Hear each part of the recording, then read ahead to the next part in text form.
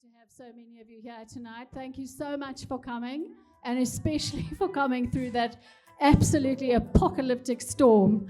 It's wonderful that we've still got such a full house to celebrate the launch of Tales of Life, Love and Loss, which of course is Hillary Hamburger's memoir.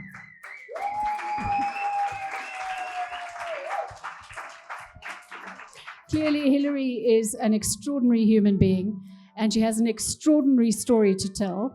Am I hearing music? Sorry, give me a second.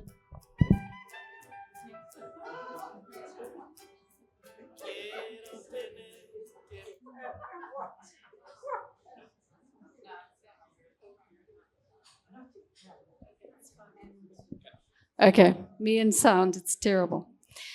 What I was saying is that she has an extraordinary story to tell, but what I have loved about the bits of her memoir that I've delved into over the last few days are the descriptions of her wonderfully ordinary life in Johannesburg, going to the Rotunda tea room for tea, those kind of things. And for those of us who grew up in Johannesburg, she dishes up a wonderful amount of nostalgia. So congratulations, Hillary, and it's really wonderful to have you here at Love Books. Thank you. I'm so glad you made it through that storm. Just a little bit about Hillary before I hand over to Tony. She was born in 1936, which makes her nearly 90, which is just remarkable. She's lived in Johannesburg all her life. She obtained a teaching degree at Wits and started her teaching career at Central Indian High School. She later worked for the Defence and Aid Fund, where she organized defense for political prisoners. She then went on to qualify as a clinical psychologist, and in 1999, she co-founded Ububele in Alexandra with Tony. Ububele is an educational and psychotherapy trust aimed at supporting the emotional development of young children. It continues to thrive and was recently awarded the prestigious American Signourey Award in recognition of its exceptional work. So congratulations, Hillary. Lovely to have you here, as I've said. Chatting to Hillary tonight is the wonderful Maggie Davey, who we all know and love. And it's lovely to have her in the hot seat tonight. Maggie is, of course, one of the legendary powerhouses, along with Bridget Impey, behind our favorite independent press, which is, of course, Jacana Media. And they are the distributors of Hillary's book. And Maggie is the publishing director at Jacana. And Maggie, thank you for being here. It's wonderful to have you. Tony, I'm going to hand over to you now. Must you? For a man who's used to talking, I must say, an hour and 15 minutes to 20 minutes to get here tonight. I think I know Westcliff better than I've ever known. Sorry? Speak into the mic. I've heard that one before. Okay. The last 3 weeks, I've just had sleepless nights. No, I sleep and then I wake up at 2 a.m. and thoughts go through my mind about this book launch and this mad desire and Hillary's encouragement that I talk about her and talk about it. In fact, most of the things that one wants to say, hold it. Yeah. Closer. Reminds me of a joke that Charles told me this weekend. Anyway, closer.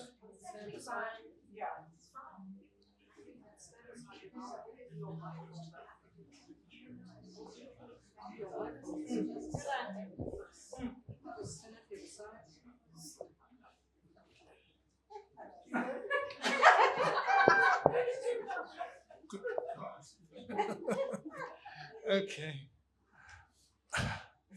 In the middle of the night, when it's my reflection time. It's when I do self-analysis. I actually try and therapize myself. I really enjoy that time because it can be free-floating. You don't have to answer to anyone. There's no time limit. There's no 50 minutes. I can reflect. But recently, in the last 2 weeks, I've been thinking about this book launch and the few people that I thought would be coming. In fact, it's anything but a few people. It's a hell of a lot of people. And most of the faces I know and love and like. And Hillary, they're here because of you. Why are they here? They're because people like you. You're a unique and very conventional person on the one hand, an extremely unconventional person on the other. And your life extols that. It's a real example of that. You're a hostess. You cook.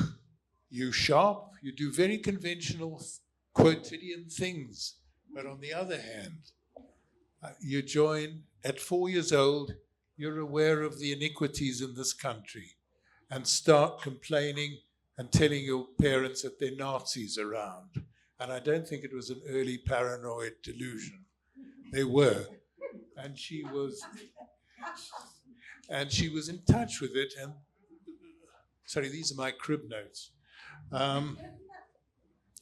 So she's consistent, unique twice. She's a child of her parents you'll read about.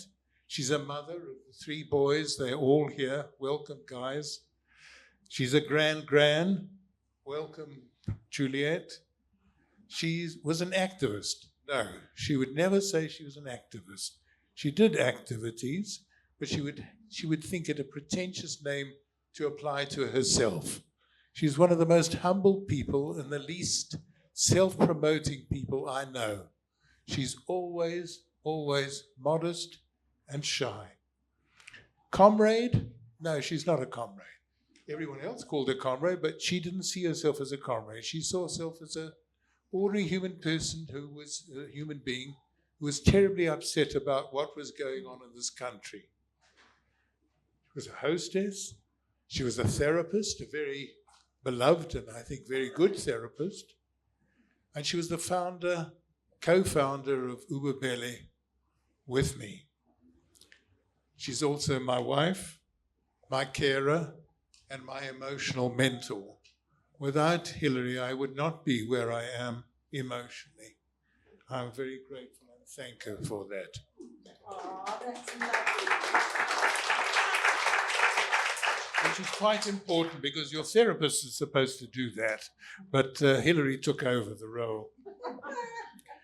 Now, I'm not going to talk about all those other roles. Hillary, you read the book, but I do want to tell you about Hillary the writer. Hillary's not an author. Why? When she first was told that we're going to have a book launch, she said, "Good God, but I'm not a writer. These were scribbles. These were just thoughts, and they were reflections that she made. I'm not a writer. How dare I have the effrontery to do? No one will come and see it, and you can see that there's no one here. None of us care. Yeah. So why write?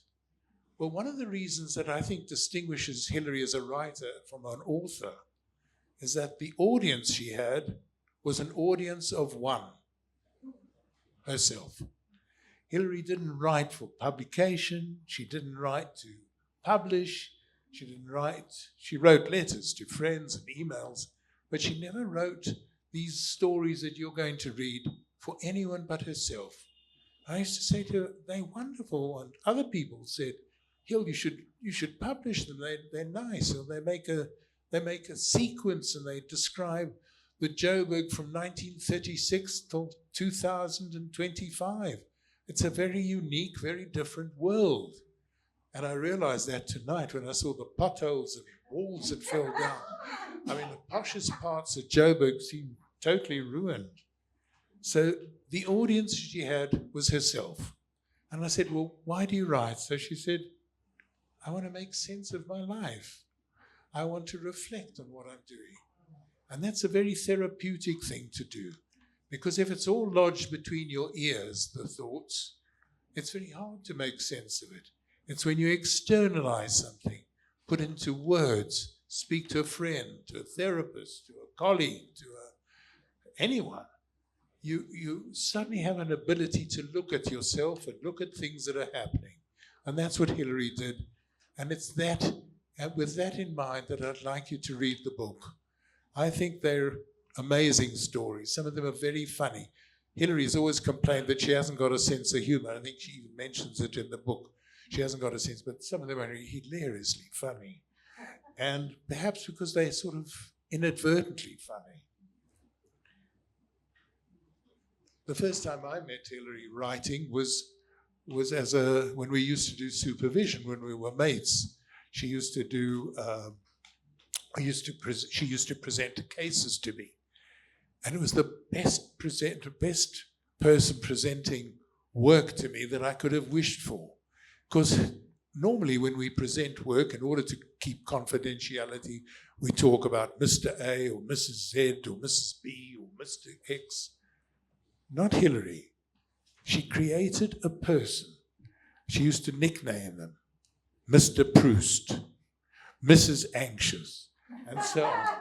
And she used to describe a figure which would become so alive that it became very much easier to try and describe or work with her to try and understand what was happening in the transference or in her work as a therapist. So let me. Okay, it's enough. The boss says it's enough. Okay, so I just want to say two more things. Hillary, you can go to the Eastern Transvaal, you can go to Venice. She'll appreciate the beauty and the architecture, but doesn't really move her. She is moved by one thing in life, and that's relationships. And this is a book about relationships, about how she experienced it, how she imagines the other person experiences. It's not a book about describing waterfalls or events. The events of her life are relationships with people, with friends, with acquaintances, most of whom, or so many of whom are here, with very intimate, close relationships. And so this book is not a novel, it's not a biography, it's not an autobiography. I partly agree that it's a memoir, but actually it's her story and her reflections put down, and I hope you enjoy it. This book is about relationships, and Hill, you are a writer, not an author.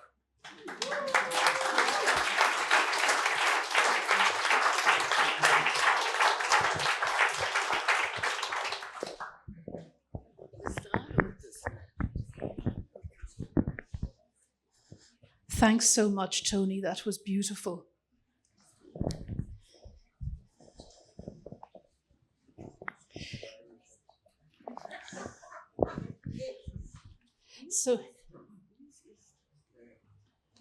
So Hillary. Hillary wants to know where is David. So Hillary, you quote Mrs. Dalloway. Mrs. Dalloway has an answer for everything, and no less so at the beginning of your book, on what she calls the compensation of growing old. And it's that the passions remain as strong as ever, but one has gained at last the power which adds the supreme flavor of existence, the power of taking hold of experience, of turning it around slowly in the light. As a psychologist, and having spent so many years holding experiences to the light, was it inevitable that you would do the same with your own history and that you would write it down? And how did that clinical work impact on your writing? It's a difficult question. This is a difficult question. Obviously, the way I think about everything, is related to my clinical understanding. But you started writing quite late. Yeah. I've always jotted down things. And I started writing very late. all of the stuff in the books in the last few years. Yeah. Well, of course, you have the hazard of teaming up with a publisher now, because a publisher always wants to know when's the next book coming. Listen, definitely there won't be another book. Well, that's such a pity. It's a real pity, One of the wonderful things about writing this book was that it seems to have pulled my life together and just been a kind of reflection on my life. Talking about things that mattered to me, the things that have enriched my life, the things that have helped me, work through difficulties and come to a stage where I feel very fortunate and very blessed at the life that I've had. And, I say it in the book, but I think 89 and 90, it's, I've lived my life. It's enough. I'm not writing another book.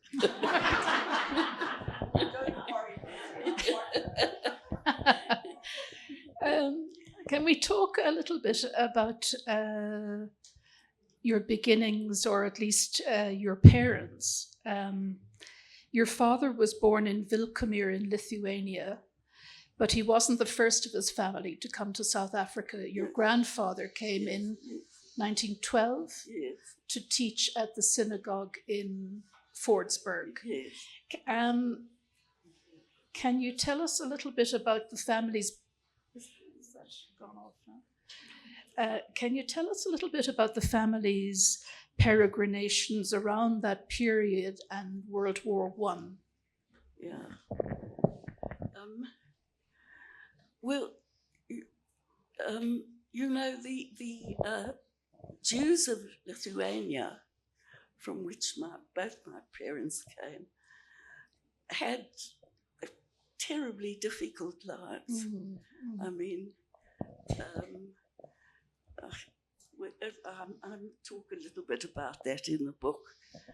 But my grandfather, who my mother always said was the biggest bore going, was offered a job. There was Jewish immigration to South Africa quite early on. And so my grandfather was, there was the first synagogue was built in Fordsburg. And I always loved that because it was around the corner, that synagogue, from the Indian school where I taught when I just was 22 years old. Okay. Yeah. So that was lovely to have that connection. Yeah. But my grandfather came out because the Jews of the men of Lithuania never seemed to work. They always just seemed to sit in the synagogue and pray. So when there was a synagogue opened in Fordsburg in the early 1908, and they went back to the old country to look for someone to help. Okay. I always fantasized, or my mother did, that my grandmother pushed my grandfather to go to South Africa and do a bit of work and send them a bit of money because they were starving. So, that's how it all that happened. I'm just going to, unless you've changed your mind and you'd like to read, or are you happy for me to? Okay. So this is a wonderful paragraph here, page 15, for anyone who has the book. And if you don't have the book, you'd better get the book. I loved my beautiful mother, my father would add to any story about his childhood. She loved us and knew how to look after us. She even took me to a psychiatrist when I was 10 years old because I thought I could fly. The doctor's diagnosis was that the local library was furnishing him with too many Jules Verne books. He prescribed that my father never be allowed to read Jules Verne again. It worked, because after that I never thought I could fly again, my father would say, repeating one of his favorite stories that proved to him how special his mother had been. And your mum, tell us a little bit about your mum's beginnings. Well, you read about it in the book. I mean, I just found my mother's beginnings so extraordinary. My grandfather, my mother's father,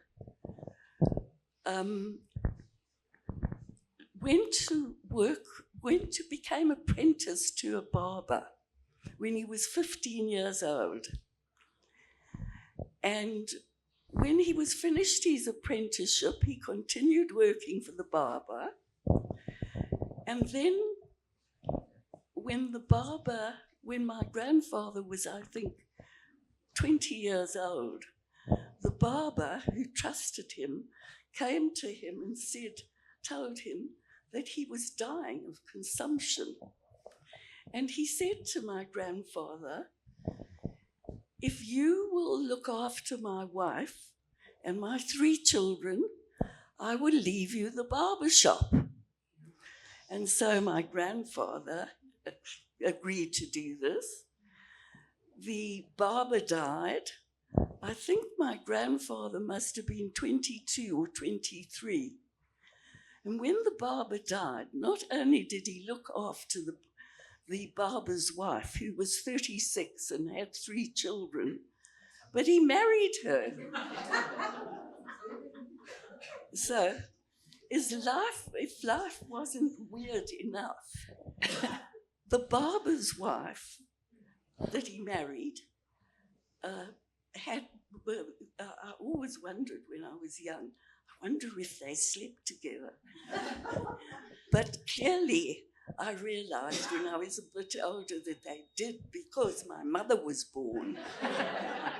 And my mother was born to a 23-year-old father and a 36-year-old mother, who, when my mother was 4 or 5 months old, had cancer, discovered that she was cancerous. And she died soon after that, leaving as my mother used to say, miserable grandfather with my mother, who was a few months old, and 3 stepchildren. And my grandfather just farmed them out, sent my mother, who was 6 months old, to his mother, and that was the beginning of her life, a very hard life. So no wonder she was a bit of a depressed woman. Yeah.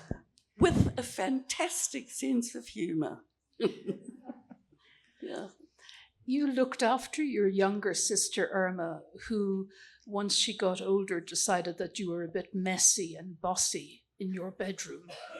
So she slung a long rope down the middle of the bedroom. And I'm reminded of the 2 Mitford sisters who did exactly the same thing, but but based on politics.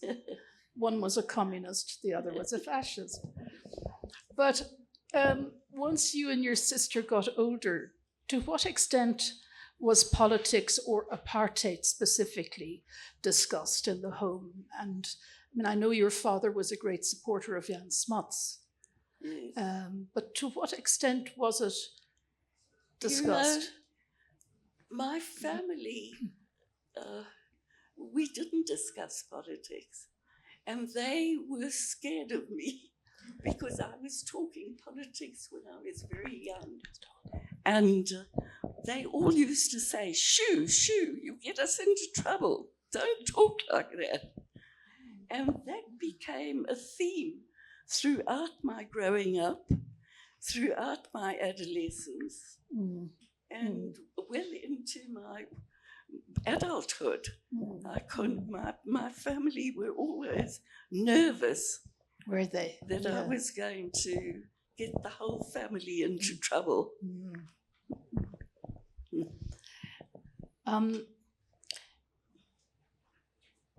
let me know when you're time.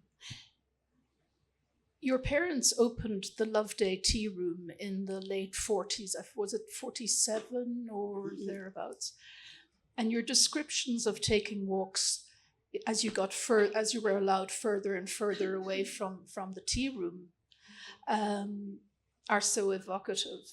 But really nothing compares with your account of the tour that you gave the Greek pianist George Temelli in 1957, the tour of your Johannesburg that you gave him.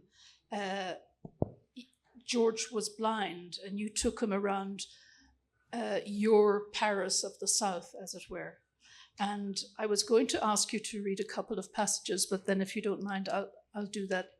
And Thank you. I wonder if people have ever heard of George Temelli. He was a very, very famous Greek pianist, and he used to come to South Africa and give concerts at the City Hall. And I was blown away by meeting him. And I loved concerts at the City Hall. And your mum was blown away by meeting a celebrity. Yes, yes. He was very famous. Yeah. Leading a blind man through the streets of my city was not an everyday event. We started out with milkshakes at the Loveday Tea Room. I introduced him to my parents. My mother, who loved famous people, was impressed, as she'd read about him in the Star newspaper the night before. When George was firmly settled on a high stool at the milk bar, I explained that I was going to the other side of the counter to make him the best milkshake he'd ever had. We both slurped up the thick cocktail of malted milk and ice cream, while I imagined that he saw the tea room through the voluptuous taste and the glamorous description that I gave him. We walked for 2 hours. I guided him through the city with our arms linked as I kept up a running commentary of where we were, describing how things looked and what meaning they held for me. We walked 2 blocks along Loveday Street to the City Hall, past Jutta Bookshop, Kirchhoff Seeds, a small milk bar, a furniture shop, a fish and chip shop. Our grand City Hall of civic offices included an auditorium where I had gone to concerts and heard Yehudi Menuhin play the violin as a schoolgirl. We walked past the public library, the Africana Museum, and the Library Theatre, then back down President Street, taking in the post office on Risick Street. All 3 were imposing colonial buildings with architecture that linked us to the British Empire. Then down Risick Street, past Sutterford's, an elegant department store, to another shopping emporium, John Orr's, 2 blocks up on Eloff Street. We went to the restaurant at John Orr's where we sipped tea and ate cream scones along with hatted and gloved ladies taking a break from their shopping. Back on Eloff Street, we stopped at Bothner's. Bothner's, the music shop, where 2 Steinway grands stood proudly behind large glass windows. I suggested that George try some of the pianos, pretending to be a prospective buyer. We went in, and I explained to Mr. Bothner himself that my friend was looking for a Steinway. George moved from one piano to another, playing a Bach fugue and causing quite a stir. When he was done, he stood up. I took his arm and we left. On Bree Street, we lingered in the carpeted foyer of the Metro Cinema, where I told him about the current Elizabeth Taylor film, Cat on a Hot Tin Roof, that I'd recently seen there. I'll just skip along there, just the last paragraph here. I was aware of other parts of the city I hadn't shown him. They blurred my love of Johannesburg. I did not show him the pass offices on Albert Street where black people queued for days on end. I did not point out the workers that we passed who took their lunch and tea breaks sitting on the pavements. I did not point out the red benches dotted around the town, which were stamped for whites only. I didn't want to spoil my tour. I would tell him next time, but I never saw George again.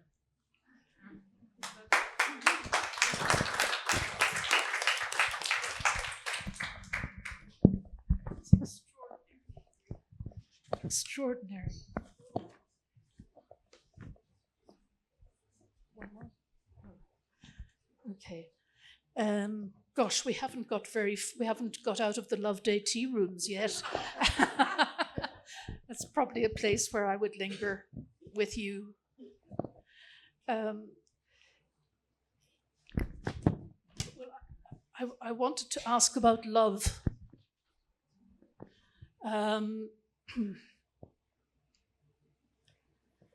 And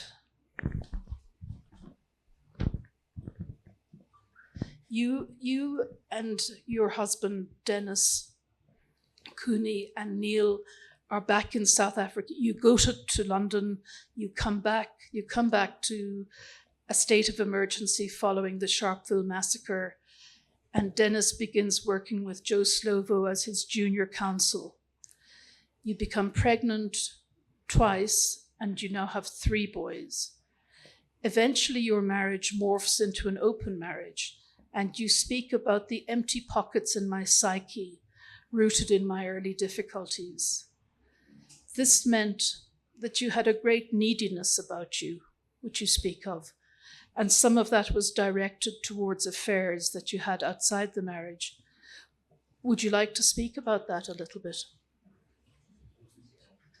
Not really. You don't have to. That's why we good. Well, I'd rather people read about it. Okay. No, but let me say that affairs is the wrong word. Okay. It wasn't an affair. It was a meaningful relationship that I had.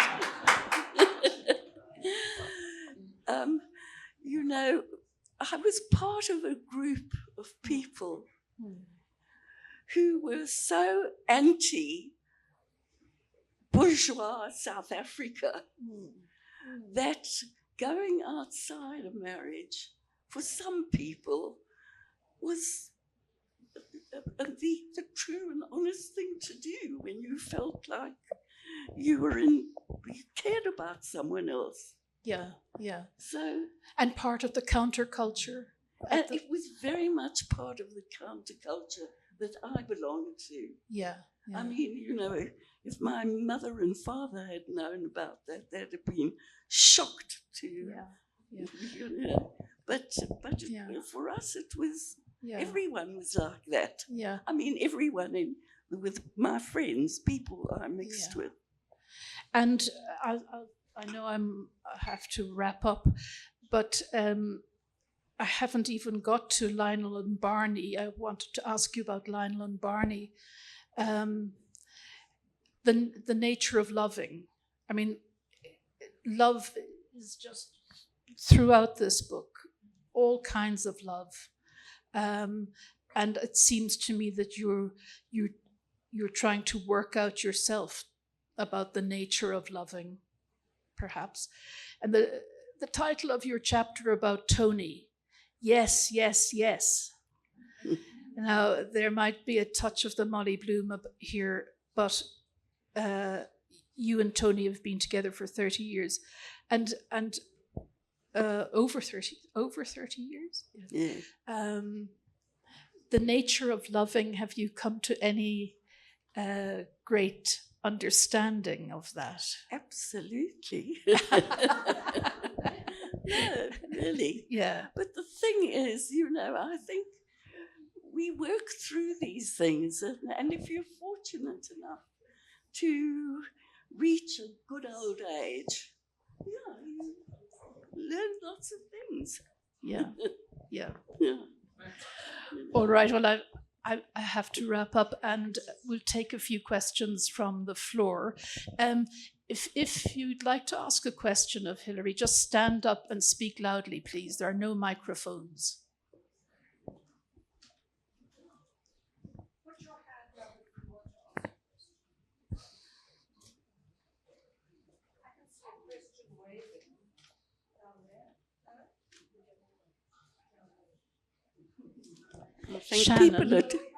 Shannon has a question.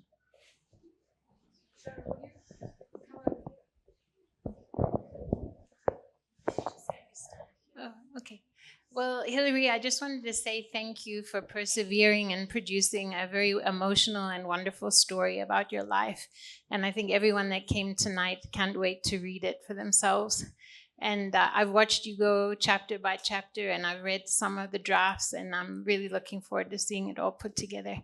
I was more curious because you always impart lots of wisdom about love and relationships. What is the greatest life lesson in terms of love and relationships that you can share with us at this point in your life? The question is, what is the greatest lesson in terms of love and relationships that you can impart at this point in your life? I don't think one can impart things like that. I mean, it's too complicated because we're all so different, and we all find our own answers in the way we live our lives. I don't have any advice or any formula. Yeah, thank you. Yeah, I really don't. Yeah. Questions?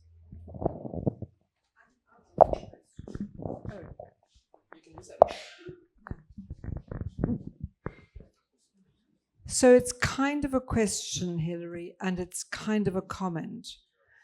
And it's that your curiosity has never dimmed. You remain so interested in so many things and so curious about so many things. And I wondered really, because of course we'd all want to keep on being curious and interested. I wondered how or what you put this down to. That's what I wanted to know. Is there a way to say my curiosity came from this? I don't know. I found it difficult to answer. That's the way I was, and I remember from the time I was very little, I was always curious, and I always was asking questions, and I was born, I grew up, my first few years were in the Second World War. And my parents used to be huddled round the radio listening, and I was always terrified that this dreadful man Hitler would come and we'd be in big trouble. And we used to have procedures at school. You would get let off early or something. But I don't know, I was just fortunate to have had I feel very blessed at the life I've had, even though it's not been easy. I've had my ups and downs, as we all do, but I feel very fortunate and very enriched by the life that I've had. Yeah. And it started early. Yeah. Being interesting. Yeah. Sue? I don't need a microphone. I've got a loud voice. You've mentioned your ups and downs, fortunes, misfortunes. Can't you just give us one misfortune in your life? Because you've emerged like a bubble, champagne bubble, actually. So give us one example of a misfortune misfortune?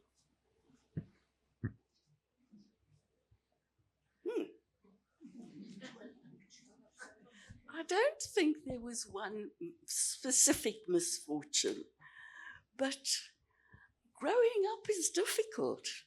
Making sense of the world is difficult. So, from very early on, I was interested, I was engaged, but I was also puzzled. I didn't understand how things worked. I sometimes felt very happy, and I sometimes felt very sad, and I cried, and I wanted to understand why and how I could feel better. So, it's a complicated thing that I don't have an answer to anything. Luli. Your book is full of answers. What do you mean? It's about your life. Your life is an answer. An answer to what? Maggie? Well, Luli has a question. If you could just ask. Yes, I was just remembering when I was at university that there were during our English lectures, there was this trio of people. They were quite remarkable. Yeah. And they would sit in the front row, and everyone respectfully would sit about 2 rows behind them because they were just so special. And certainly I was in awe of them. They were Barney Simon, Ethel Fugard, and Hillary. And they were the most amazing group. They were so lively, sharp, thinking of ideas that none of us dreamed of. First-year students. They were street ahead of us. Really? Really? They were, it was a built-in therapy. And I was always very grateful to have had these 3 people in my first year. And also, as time went by, I got to know them. Yeah. Hillary and I were involved in the Defence and Aid Fund, which raised money for the treason trial. Right. And then also for the families whose breadwinners were in jail. This is during apartheid. And so we were, I certainly didn't think of myself as an important person, but I wanted to make a contribution. I met Hillary, and I was always in awe of that trio, these talented people. With both emotionally and intellectually. They were just remarkable. Yeah. So well, from whence it comes, of course. And from where it comes. May I comment on that? Yes, please. Hillary's known many, what people would call celebrities or famous people or talented people. But she doesn't like them because of that status. I think that's her joy, that's her pleasure. And that's why she could make milkshakes with family. It's that kind of ability not to be in awe, but to look at the, I don't know, it sounds pompous, but the humanity of someone. And so I think she would be most surprised to have heard you, Luli, to see her, that you were in awe of her and her academic. Hillary does not see herself as anything like a scholar or an academician. Am I right? Absolutely. I mean, Luli, I'm always amazed when Luli talks about being impressed with me. I mean, she's the one who's done all sorts of wonderful things that I never dreamed I could do and wouldn't do and didn't do. Luli. Yeah. So any last questions? If not, Hillary will be in Love Books next door, signing books. Thank you very much to Kate Rogan, Love Books, for the wonderful food and drink and convivial atmosphere. And Hillary, thank you for writing this book. I'm amazed that you like it so much. Really, I'm not a writer. You are a writer. You really are a writer. You kind of are. Thank you.